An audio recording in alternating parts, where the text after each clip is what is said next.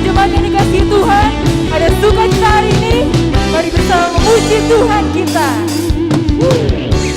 Hidup yang ku pilih membuatku berarti, karena Yesus Tuhan tempatku berjaga dan berharap. Ku buka mataku, lihat sekelilingku, ku harus katakan kebenarannya yang membebaskan, karena kuasa-Mu, karena kehebatanmu, ku dapat lakukan perkara besar yang Engkau janjikan. Yesus, Kaulah sahabatku, Yesus, Kau yang akan selalu berada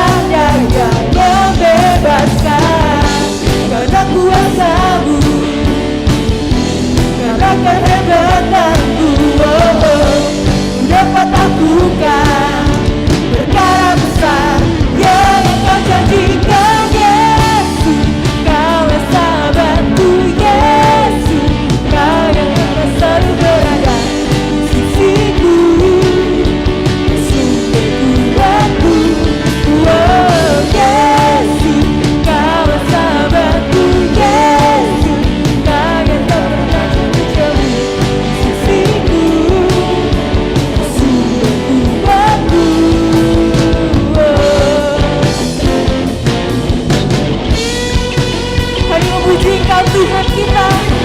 Mari angkat lebih lagi pujian kita bagi Tuhan. Kau sahabatku, berada di sisiku. Kau sahabatku selama-lamanya. Kau sahabatku, berada di sisiku selama-lamanya. Bersama katakan, Yesus, Kau sahabatku. Yesus, Kau yang akan selalu berada di sisiku. Kau sumberku. Dengan iman kita katakan, Yesus, Kau sahabatku. Yesus, Kau yang tak pernah jauh di sisiku. Kau sumberku aku. Yesus, Kau sahabatku. Yesus, Kau yang akan selalu berada di sisiku. Sumberku aku. Oh, Yesus, Kau sahabatku. Yesus, Kau yang tak pernah jauh di sisiku. Kau sumberku aku. Kau sahabatku, berada di sisiku. Kau sahabatku selama-lamanya. Kau sahabat kami Tuhan. Kau sahabatku, berada di sisiku selama-lamanya.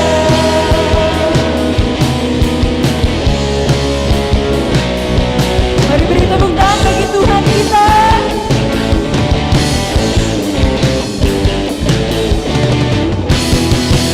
Kami memujikan Tuhan.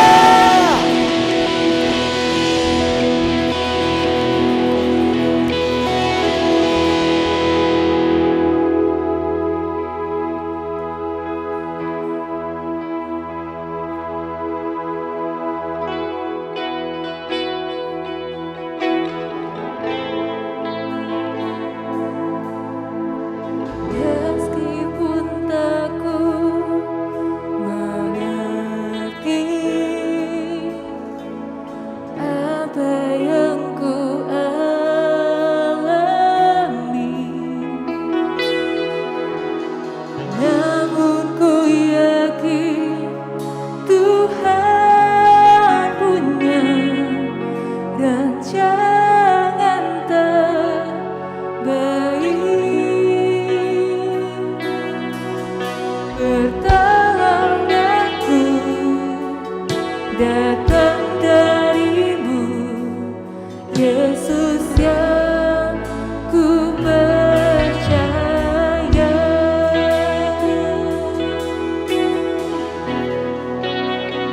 Yang tak mungkin bagiku, semua mungkin bagimu.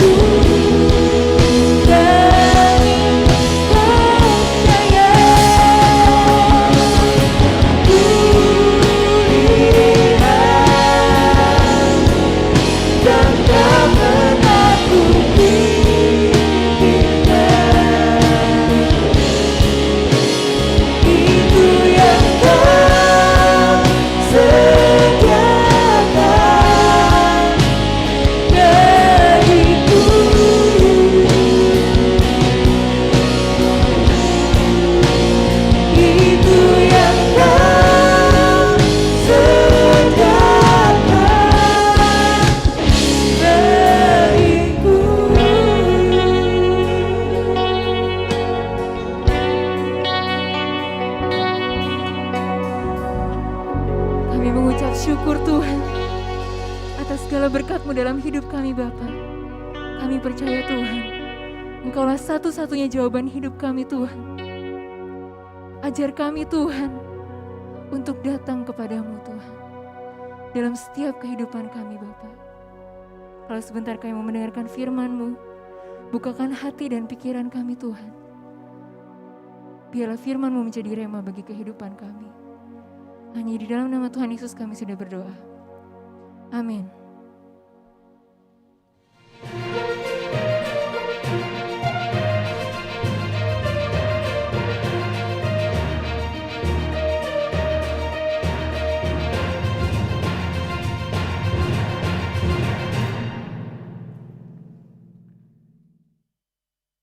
Doa dan keakraban dengan Tuhan bersifat timbal balik. Saya ulangi, doa dan keakraban dengan Tuhan bersifat timbal balik. Bersifat timbal balik, karena di satu sisi doa yang dipanjatkan dengan segenap hati akan menumbuhkan keakraban kita dengan Tuhan. Di sisi yang lain, orang yang akrab dengan Tuhan, maka doa yang dia panjatkan akan bersifat efektif, tidak sia-sia. Prinsip ini dapat dilihat dalam kehidupan seorang yang bernama John Hyde. Seorang utusan Injil dari gereja Presbyterian di Amerika Serikat yang melayani di Punjab, India, pada awal abad yang lalu. Yang bersangkutan adalah seorang yang bergaul akrab dengan Tuhan. Hal tersebut dapat dilihat melalui kehidupan doanya. Di saat yang sama, keakrabannya dengan Tuhan mengakibatkan doa yang dia naikkan bersifat efektif. Pelayanannya di India diwarnai dengan kesungguhan hatinya dengan berdoa. Acap kali dia berdoa semalam suntuk dan memohon agar Tuhan mengirimkan kebangkitan rohani atau revival. Kesungguhan hatinya di dalam berdoa dan efektivitas doa yang dia panjatkan mengakibatkan di kemudian hari dia dikenal sebagai praying Hyde. Hyde yang berdoa.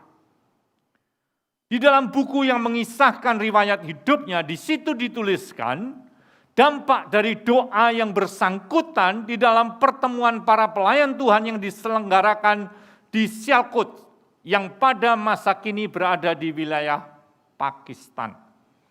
Pertemuan yang disebut sebagai The Sialkot Convention itu diselenggarakan pada tahun 1905.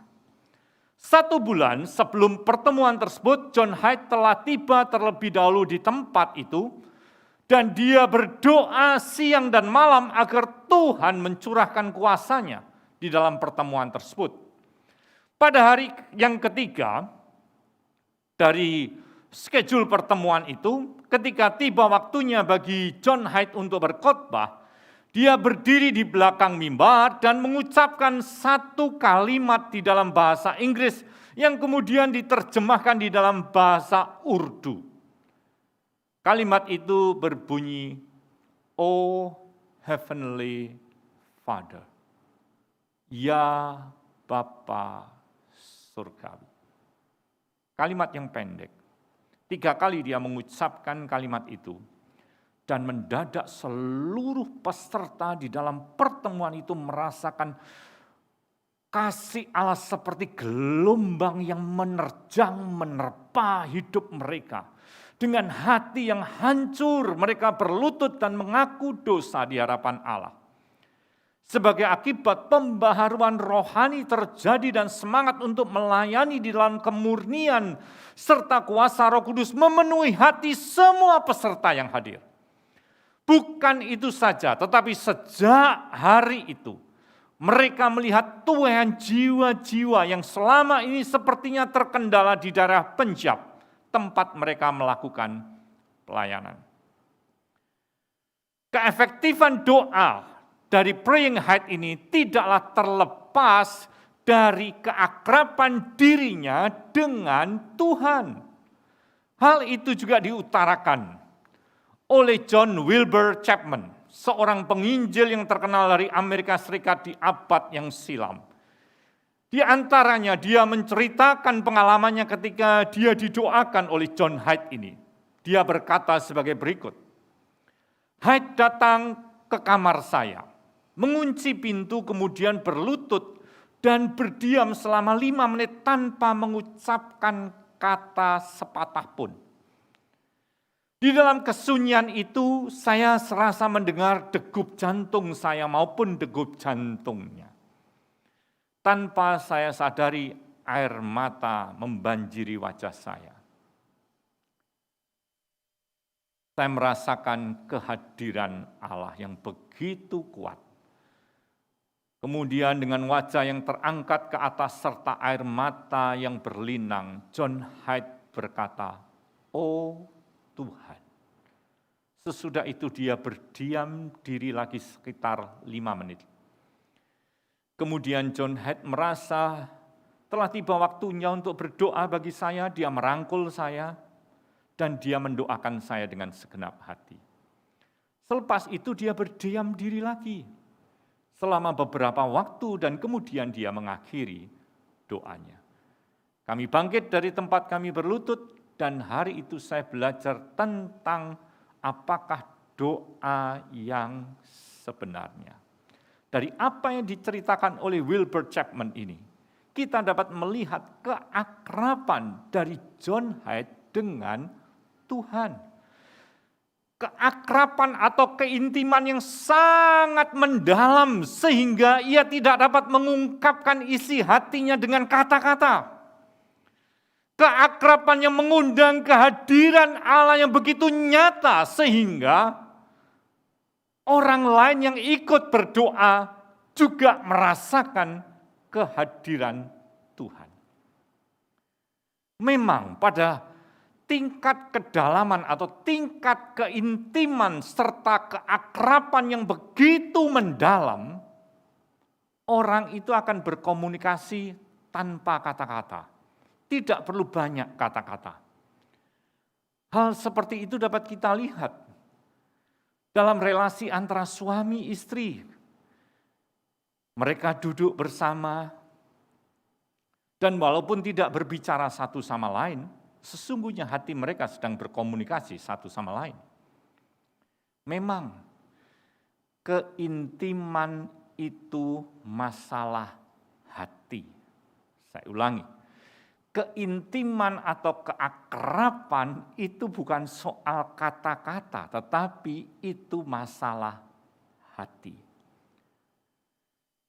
Seperti halnya suami istri. Kalau mereka berdiam diri tanpa bersuara itu bukan karena mereka sedang berseteru atau mereka sedang sibuk sendiri-sendiri dengan main gadgetnya masing-masing. Namun justru dalam berdiam diri itulah kasih di dalam hati mereka yang begitu mendalam, yang tidak bisa diucapkan atau digambarkan dengan kata-kata. Berdoa tanpa kata-kata.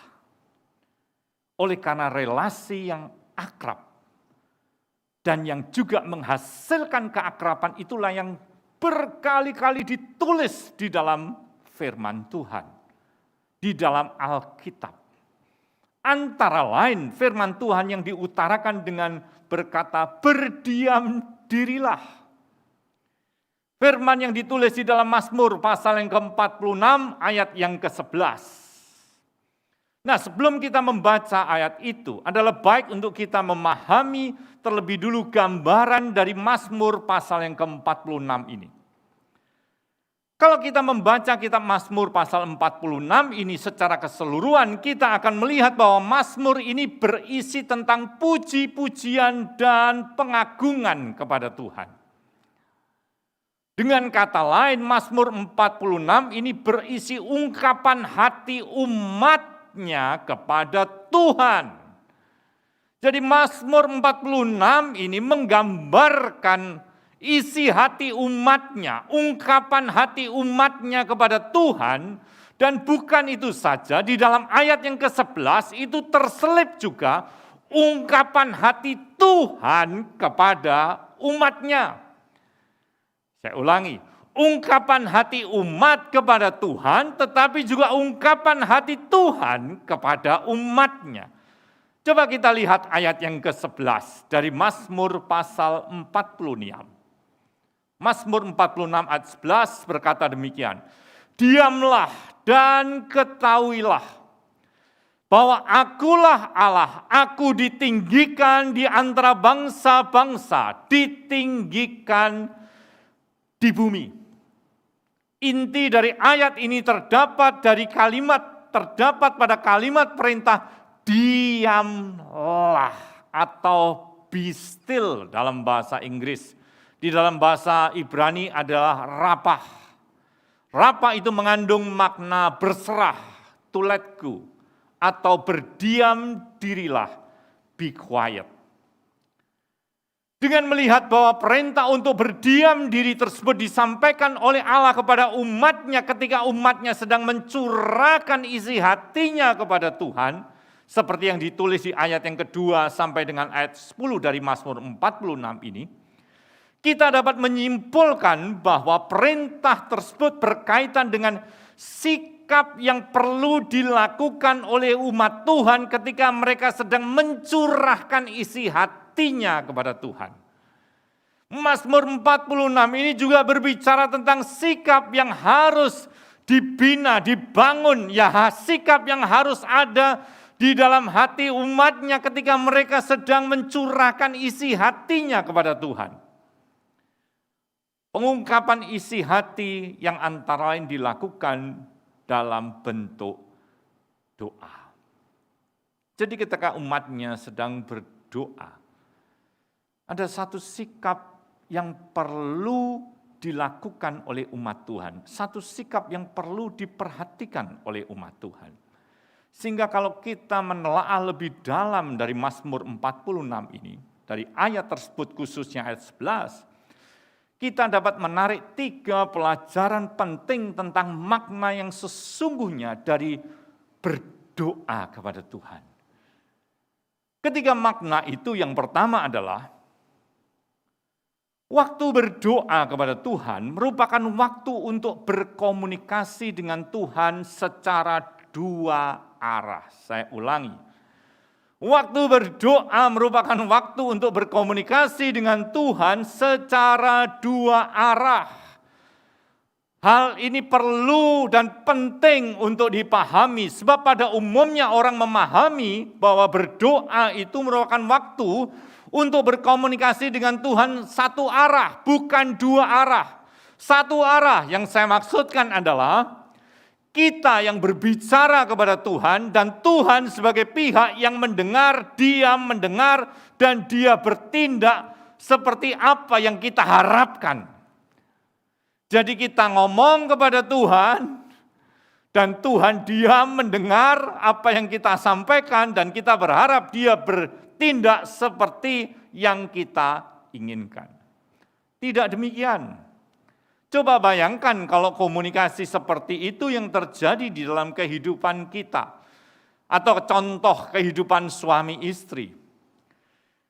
Suami atau istri bicara terus, tidak memberi kesempatan kepada pasangannya untuk bicara.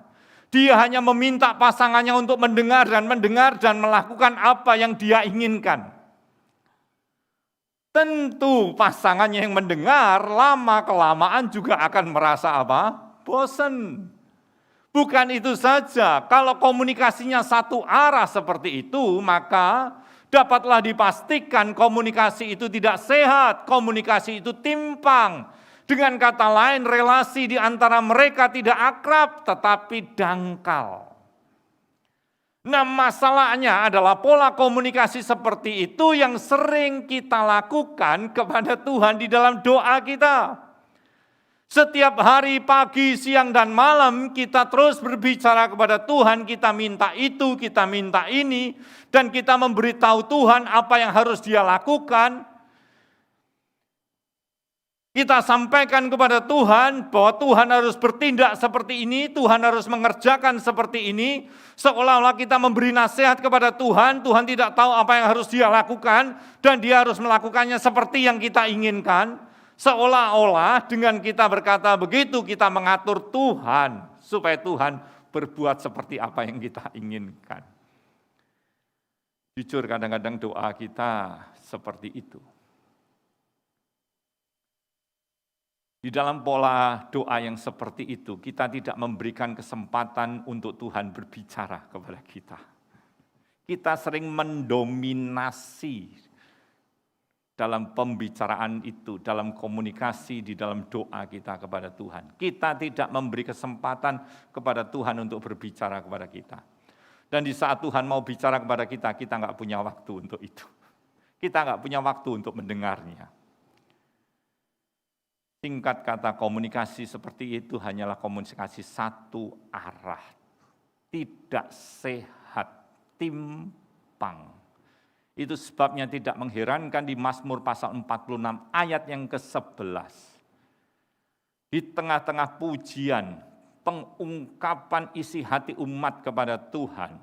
Di ayat yang ke-11 Tuhan berkata, diamlah dan ketahuilah bahwa akulah Allah. Bukan berarti dengan berkata seperti itu Tuhan tidak sudi mendengar permohonan umatnya. Bukan berarti dengan berkata seperti itu Tuhan tidak mau mendengar permohonan dari umatnya. Bukan. Yang dia maksudkan adalah agar di samping kita itu memuji dia, kita menaikkan doa kita kepada dia, kita mengungkapkan isi hati kita kepada dia, kita juga perlu berdiam diri untuk mendengar apa yang hendak dia katakan kepada kita.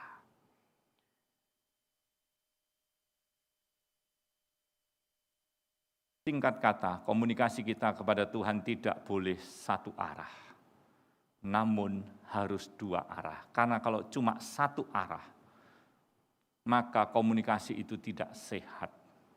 Komunikasi itu menjadi komunikasi yang dangkal. Di saat berdoa, ada kalanya kita itu perlu berdiam diri. Di saat berdoa, selain kita itu mengungkapkan isi hati kita kepada Tuhan, berupa permintaan, permohonan, tidak salah, tapi enggak berhenti sampai di situ. Di dalam berdoa kita juga perlu berdiam diri. Kita perlu berdiam diri dengan membuka hati kepada Tuhan. Memberi kesempatan untuk Dia berbicara kepada kita.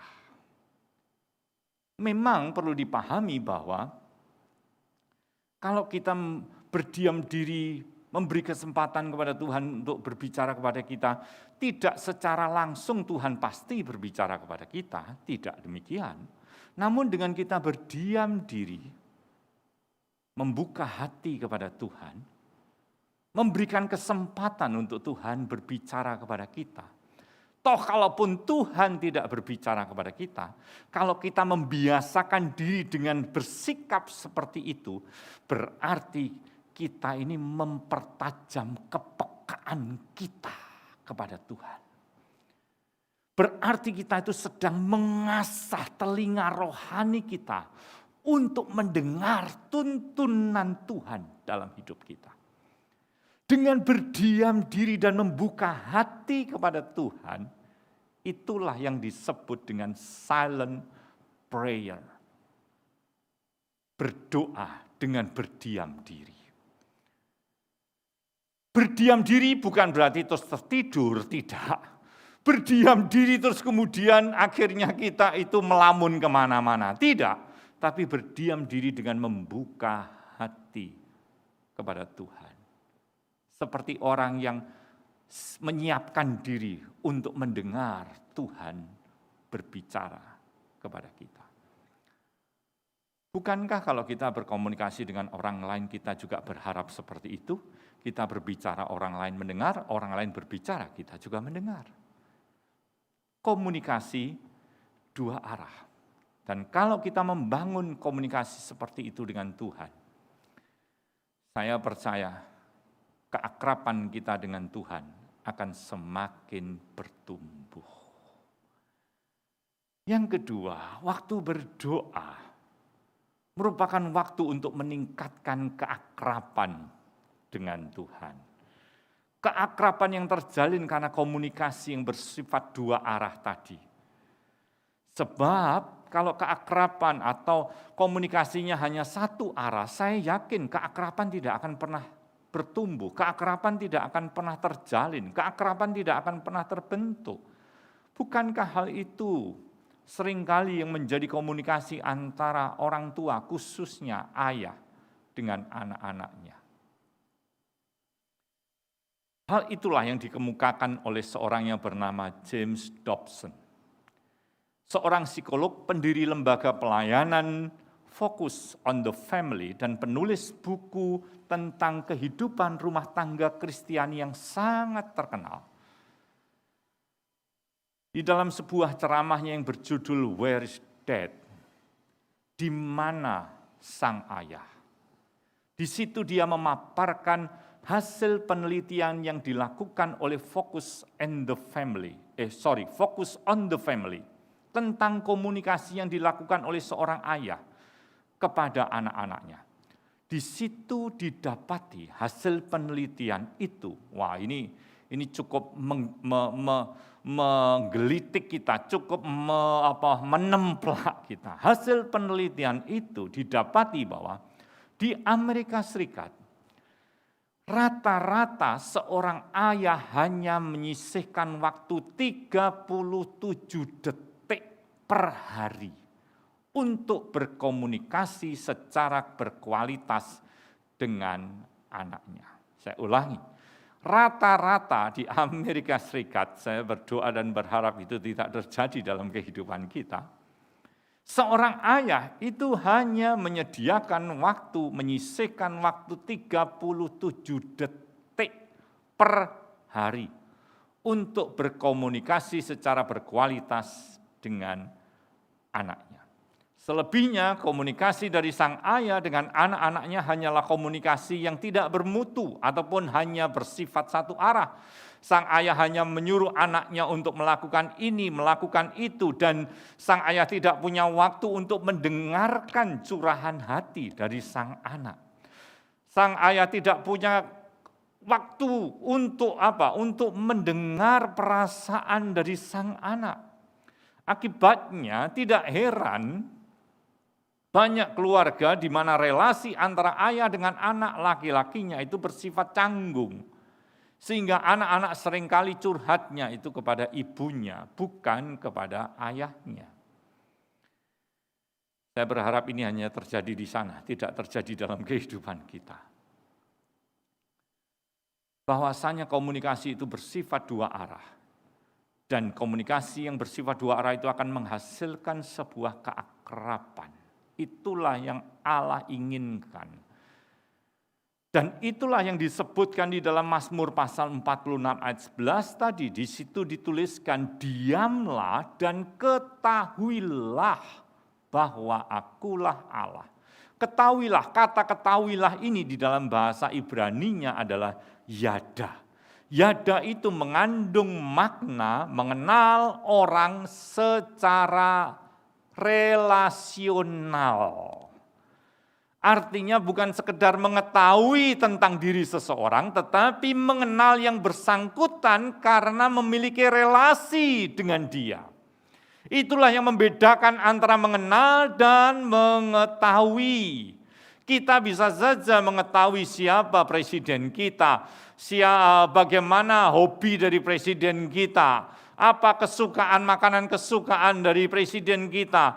Kita bisa mengetahui kapan dia lahir. Kita bisa mengetahui dia punya pendidikan seperti apa. Kita bisa mengetahui perjalanan hidupnya begini-begini dan sebagainya. Tetapi kita belum tentu mengenal yang bersangkutan karena kita tidak pernah berbicara dengan dia, karena kita tidak pernah menjalin relasi dengan yang bersangkutan, berarti kita hanya mengenal kita mengetahui hanya sekedar informasi, tetapi tidak mengenal dari hati kita. Dan Tuhan tidak inginkan kita hanya mengetahui tentang Tuhan, kita perlu mengenal siapa Tuhan kita. Dengan Allah berfirman, diamlah dan ketahuilah bahwa akulah Allah. Tuhan mengajar kita bahwa melalui komunikasi yang bersifat dua arah, relasi kita dengan Tuhan akan semakin akrab, bertambah intim. Sebab kita bukan hanya berbicara kepada Tuhan melalui doa, tetapi kita di dalam doa itu kita berdiam diri, membuka hati, memberi kesempatan untuk Tuhan juga berbicara kepada kita. Sehingga kita belajar untuk mengenal tuntunannya, untuk peka akan suaranya di dalam hidup kita.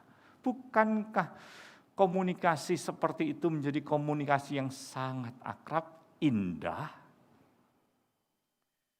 Sekarang yang ketiga, waktu berdoa adalah waktu untuk menyerahkan diri di dalam iman kepada Tuhan.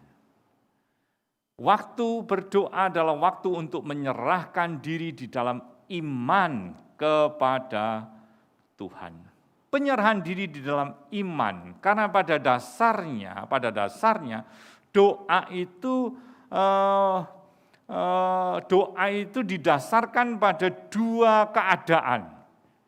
Yang pertama yaitu apa? Keterbatasan diri kita. Di dalam doa kita mengakui diri kita ini terbatas. Tapi tidak berhenti sampai di situ. Di dalam doa kita juga mengakui ketidakterbatasan Tuhan. Ini penting. Jadi di dalam kita berdoa kita sadar diri kita ini terbatas, tapi kita juga sadar bahwa Tuhan itu tidak terbatas. Mengapa orang itu gagal berdoa? Karena dia beranggapan bahwa dirinya tidak memerlukan Tuhan.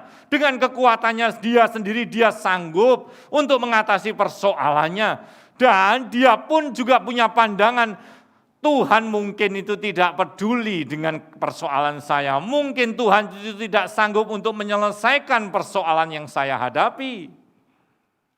Memang di dalam berdoa kita menyadari kita ini terbatas, betul, tapi jangan berhenti sampai di situ.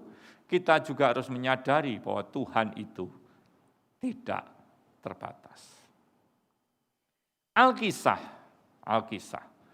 Ada seorang yang mengemudikan mobil di jalan yang menurun curam sekali. Dan jalannya itu berbelok-belok. Dan di sebelahnya itu ada jurang yang sangat dalam. Dan sementara mobil itu berjalan dengan kecepatan yang tinggi karena jalannya curam, dan dia nginjak rem, ternyata remnya blong. Agak panik dia, waduh remnya blong. Wah, ketika dia mencoba untuk mengendalikan mobil itu supaya tidak nabrak, remnya blong. Sementara dia mencoba mengendalikan mobil itu, ternyata setir mobil itu rusak. Nah, sudah kayak seperti itu, kalau sudah keadaannya seperti itu, enggak usah disuruh. Orang itu langsung berdoa kepada Tuhan, minta tolong kepada Tuhan. Enggak usah diajari doa yang macam-macam, dia bisa teriak sendiri kepada Tuhan. Merasa apa? Dia terbatas, tidak mampu mengatasi masalah yang dia sedang hadapi. Di saat yang sama dia butuh Tuhan yang tidak terbatas. Itulah sebetulnya hakikat dari doa. Kita ini tidak mampu, kita terbatas, dan Tuhan itu, kita ini terbatas, kita tidak mampu, dan Tuhan itu tidak terbatas. Tidak ada yang tidak bisa Dia lakukan. Perintah agar umatnya menyerahkan diri di dalam iman itulah yang dikemukakan oleh Tuhan dalam Mazmur pasal 46 ayat 11 tadi. Dengan Dia berkata, diamlah Kita tahu diamlah tadi berarti apa? Berserah.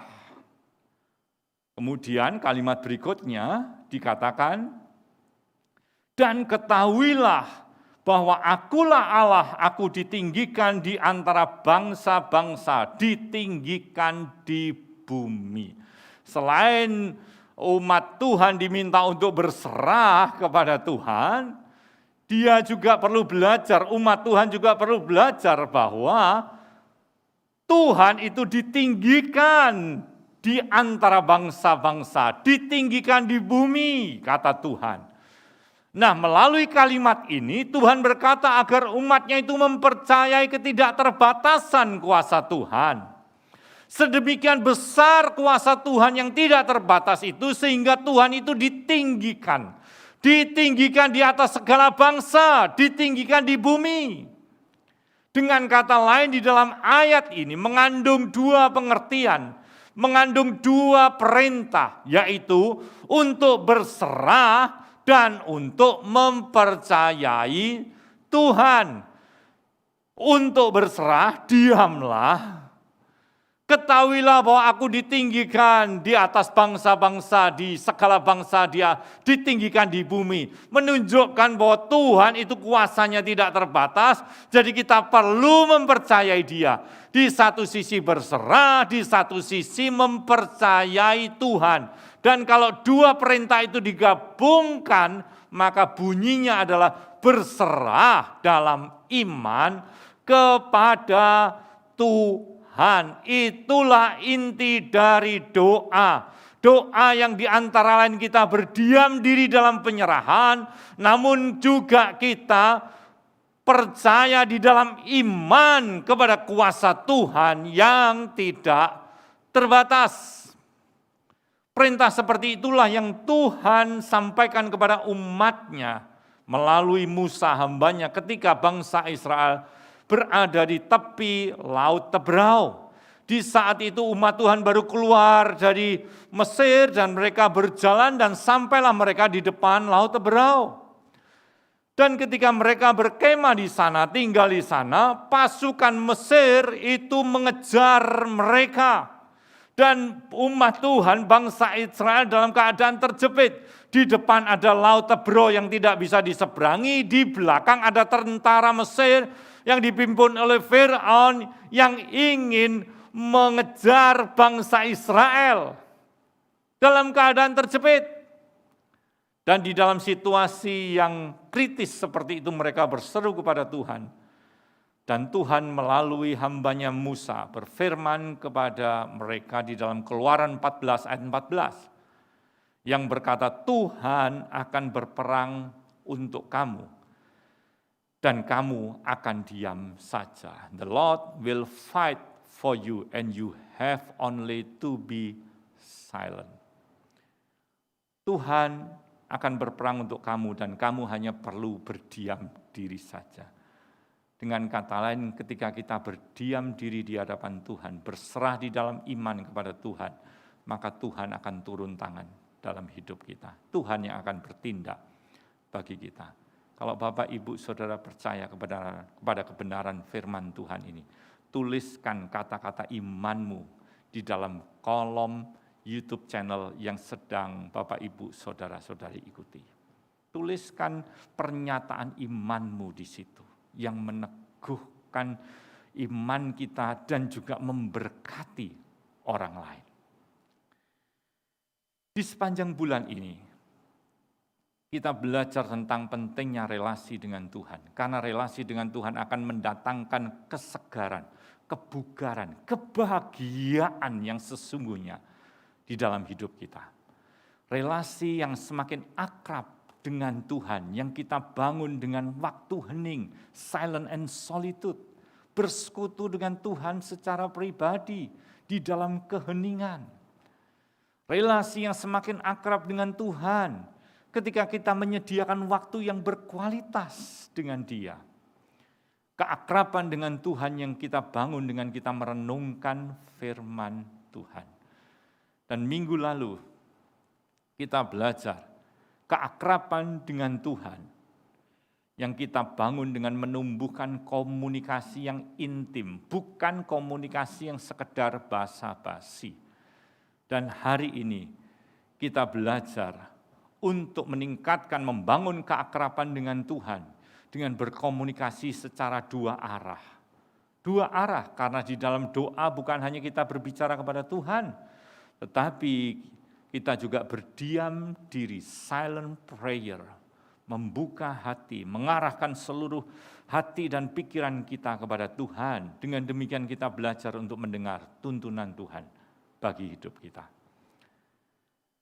Untuk melakukan doa dengan berdiam diri atau silent prayer ini, ada 4 langkah yang dapat kita lakukan. Yang pertama yaitu kenali apa yang menjadi kerinduan hati kita yang paling dalam. Setiap orang bisa beda-beda. Benar, kerinduan setiap orang beda-beda.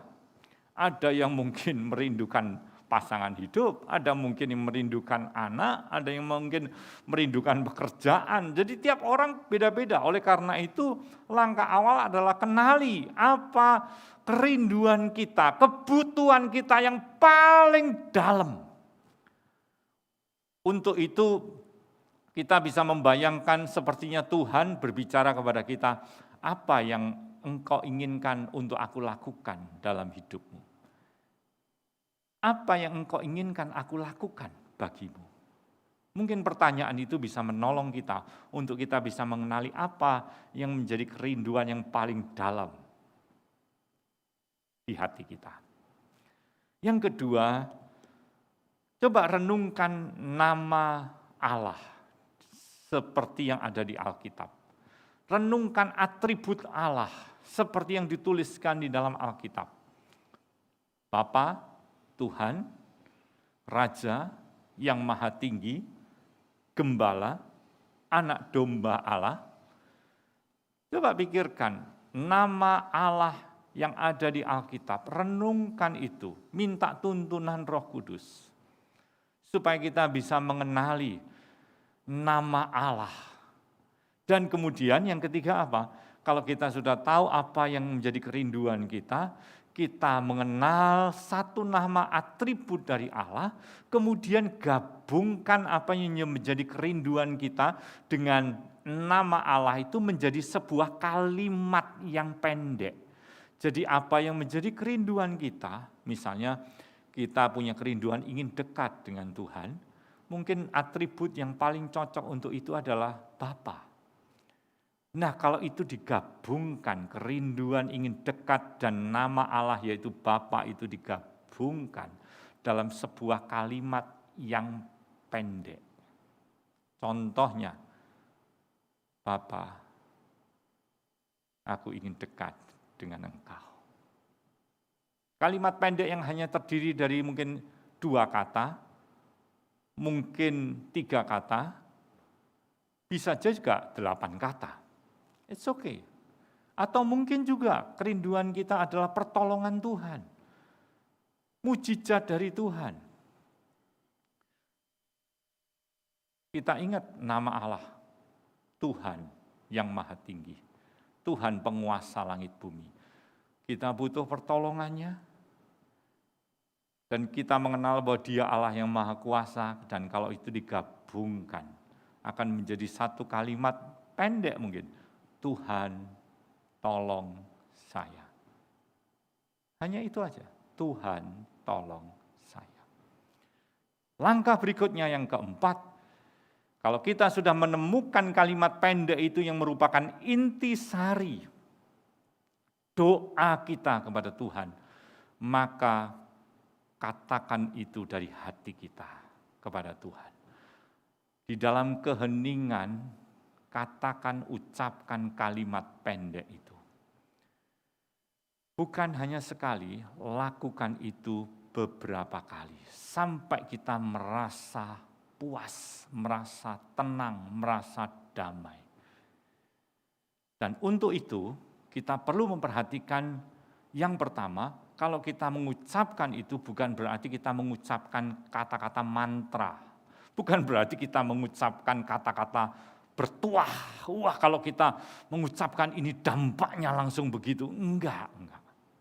Sekali lagi, itu merupakan kerinduan hati kita. Itu merupakan inti dari doa yang kita ucapkan kepada Tuhan. Yang kedua, kalau kita menggunakan kalimat pendek itu tadi, gunakan itu untuk beberapa waktu lamanya. Dan setelah itu kita bisa menambahkan dengan kalimat yang lain. Sehingga doa kita yang kita panjatkan kepada Tuhan, itu menjadi doa yang terarah, doa yang khusus, doa yang spesifik, doa yang lahir dari hati kita yang paling dalam. Dan kita perlu memahami silent prayer atau berdoa dengan berdiam diri ini bukan satu-satunya cara untuk berdoa. Namun kalau kita melakukan doa ini, maka kehidupan doa kita akan mengalami kesegaran. Kehidupan doa kita akan mengalami pembaharuan. Oleh karena itu, saya mengajak Bapak, Ibu, Saudara-saudari, mari kita isi kehidupan kita dengan relasi yang semakin akrab dengan Tuhan. Mari kita isi sisa hidup kita ke depan dengan membangun keakraban dengan Tuhan. Jujur aja, kalau kita bisa membina keakraban dengan orang lain, dengan rekan sekerja kita, seharusnya kita pun juga bisa membangun relasi keakraban kita dengan Tuhan. Untuk itu kita perlu mempraktekannya, karena kalau tidak dipraktekkan maka itu tidak akan berdampak dalam hidup kita. Apa yang kita sudah pelajari ini tidak akan berguna kalau tidak kita praktekkan. Kalau kita praktekkan barulah itu akan membawa kesegaran dalam hidup kita. Hidup kita akan semakin akrab dengan Tuhan. Kalau hidup kita semakin akrab dengan Tuhan, kita akan mengalami kebahagiaan, kita akan mengalami kebugaran, benar. Karena relasi yang akrab dengan Tuhan, relasi yang sehat dengan Tuhan itu akan membuahkan kebahagiaan, sukacita, akan membuahkan kesegaran di dalam hidup kita. Keakraban dengan Tuhan yang mengasihi kita dan menyatakan kasih-Nya melalui pengorbanannya di kayu salib. Oleh karena itu mari kita mensyukuri anugerah kasih-Nya yang memperdamaikan kita dengan Allah Bapa. Kita yang tidak layak, kita yang rusak akibat dosa. Dan karena dosa itu bukan hanya hidup kita rusak, tetapi relasi kita dengan Allah juga berantakan. Namun lewat pengorbanan Kristus di atas kayu salib, relasi itu diperdamaikan kembali. Hidup kita dibaharui, relasi kita dipulihkan. Dan ketika relasi kita dipulihkan, hidup yang kita jalani ini bukan lagi hidup yang tawar, melelahkan, membosankan, tidak. Tapi menjadi kehidupan yang menyegarkan, yang membugarkan. Kehidupan yang membuahkan kebahagiaan di dalam hidup kita.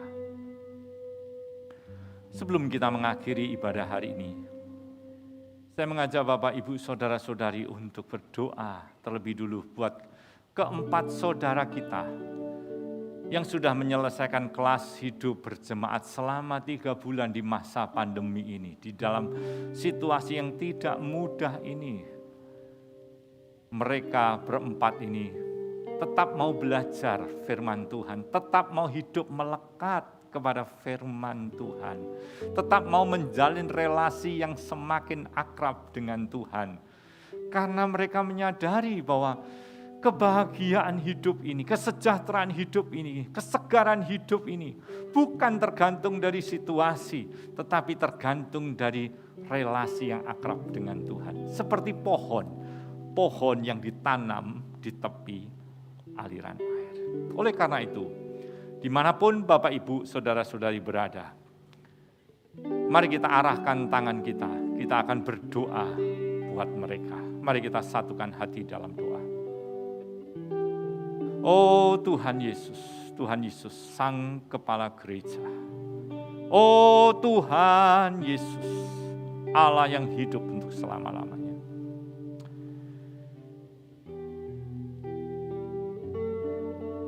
Engkau sendiri yang memanggil mereka, Tuhan, untuk senantiasa belajar kebenaran firman-Mu, agar hidup mereka berdasarkan pada firman-Mu, pada kehendak.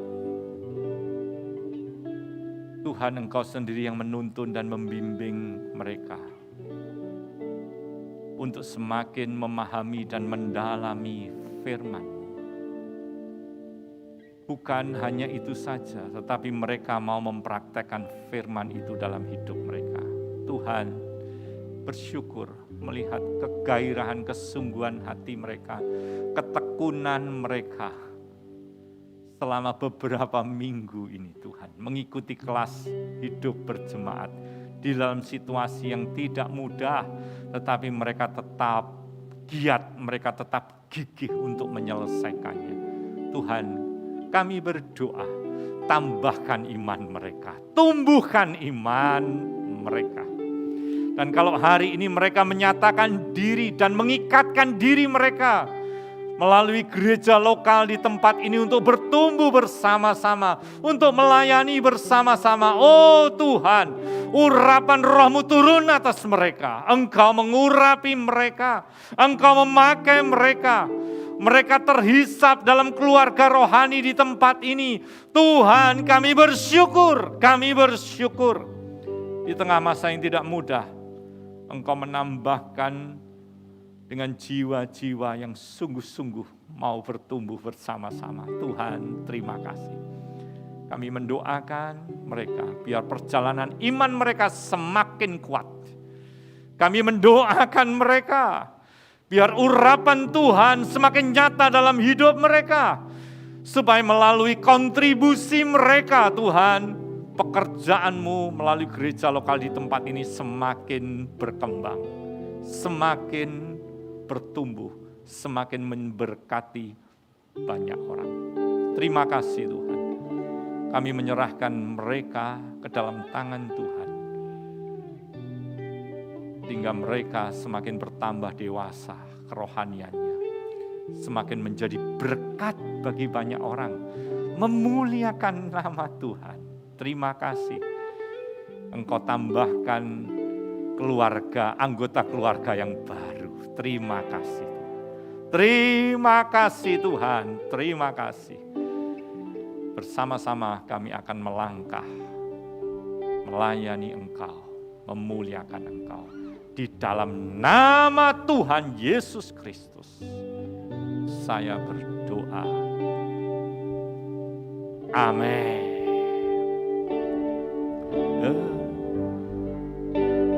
Dekat padamu, itu rinduku.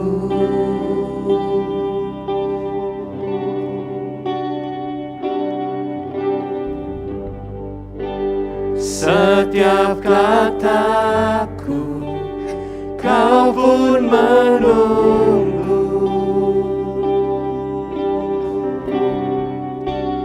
Tak kusangka ku temukan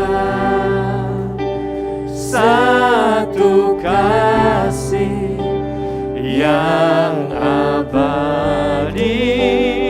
Kini ku datang dan ku bawa hidupku.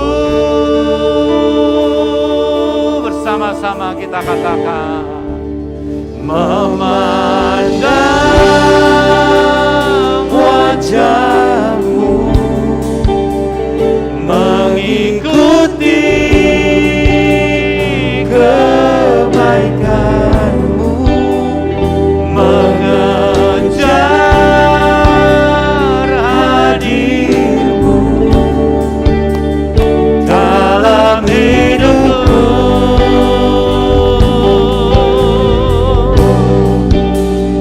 Membawa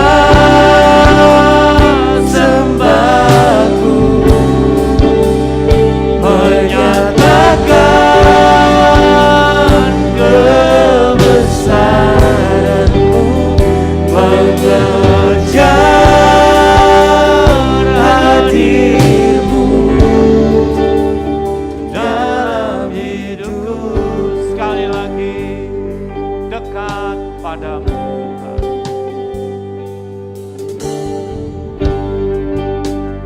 Dekat padamu, itu rinduku. Benar Tuhan, biar itu kerinduan setiap kami. Setiap kataku, kau pun menunggu.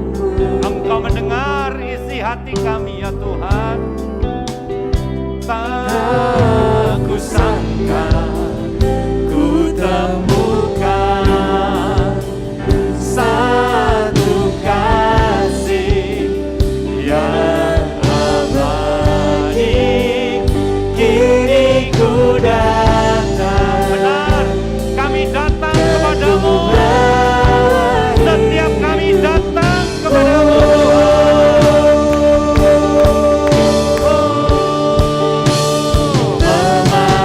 Memandang wajahmu, Haleluya. mengikuti pergerakanmu, mengejar hadirmu di dalam hidupku.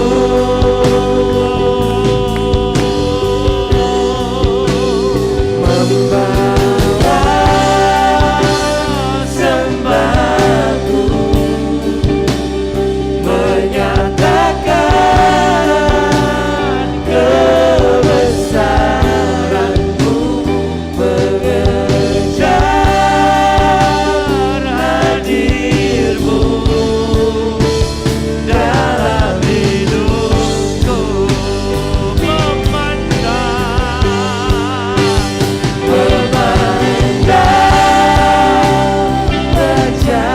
Setiap kita memandang kepada Tuhan, Mengikuti arahkan hati kita kepada Tuhan.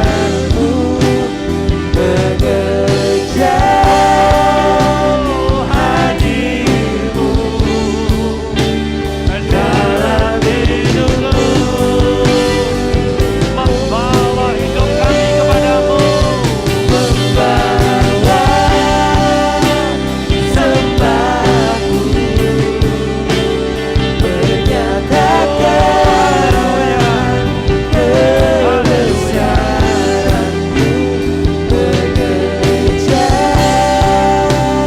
hadirmu dalam hidupku. Tidak ada kebahagiaan yang melebihi ketika hati kami memandang kepada wajah-Mu ya Tuhan.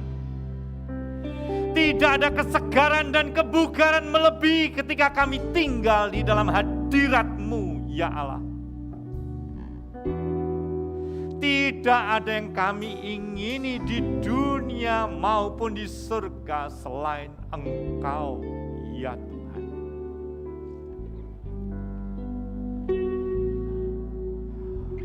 Kami mau terus memandang wajah-Mu Tuhan. Kami mau terus membulatkan hati kami untuk mengejar hadirat-Mu ya Tuhan.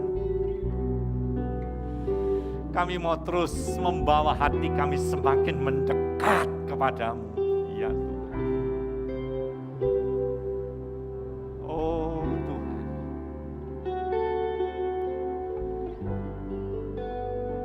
Sekarang arahkanlah wajah-Mu dan sinarilah umat-Mu dengan cahaya wajah-Mu Tuhan. Limpahi umat-Mu dengan kasih karunia-Mu. Limpahi umat-Mu dengan damai sejahtera-Mu ya Tuhan.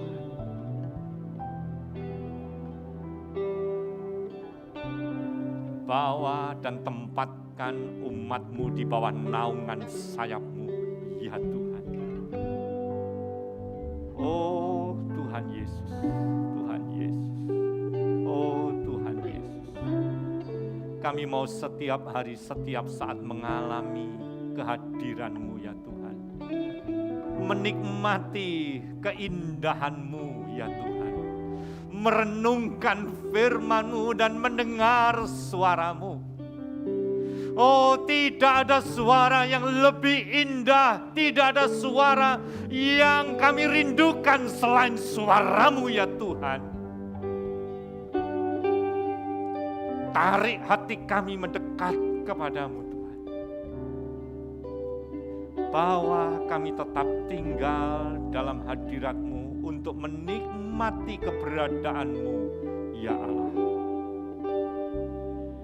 Karena hanya dengan demikian hidup yang kami jalani bukanlah hidup yang melelahkan, bukanlah hidup yang hambar, tetapi hidup yang menyegarkan, hidup yang membugarkan.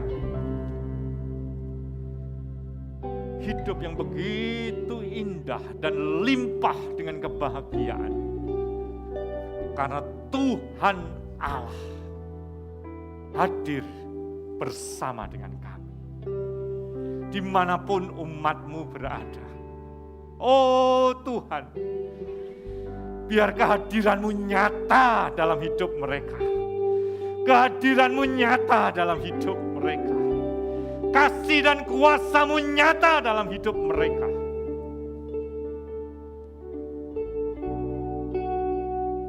Terima kasih Tuhan. Terima kasih. Kami juga berdoa untuk bangsa kami di dalam mengatasi pandemi. Melalui PPKM, percepatan vaksinasi, bantuan sosial, kebijakan dalam perekonomian, penanganan kesehatan bagi para pasien yang terpapar. Kami memohon campur tangan Tuhan. Karena jikalau bukan Tuhan yang menolong, sia-sialah usaha manusia. Tolonglah bangsa kami. Pulihkanlah negeri kami, ya Tuhan. Di dalam nama Juru Selamat dunia, penebus dosa manusia, Yesus Kristus yang telah bangkit dari kematian dan hidup untuk selama-lamanya. Di dalam nama yang ajaib dan penuh kuasa, nama Tuhan Yesus Kristus, kami berdoa. Amin.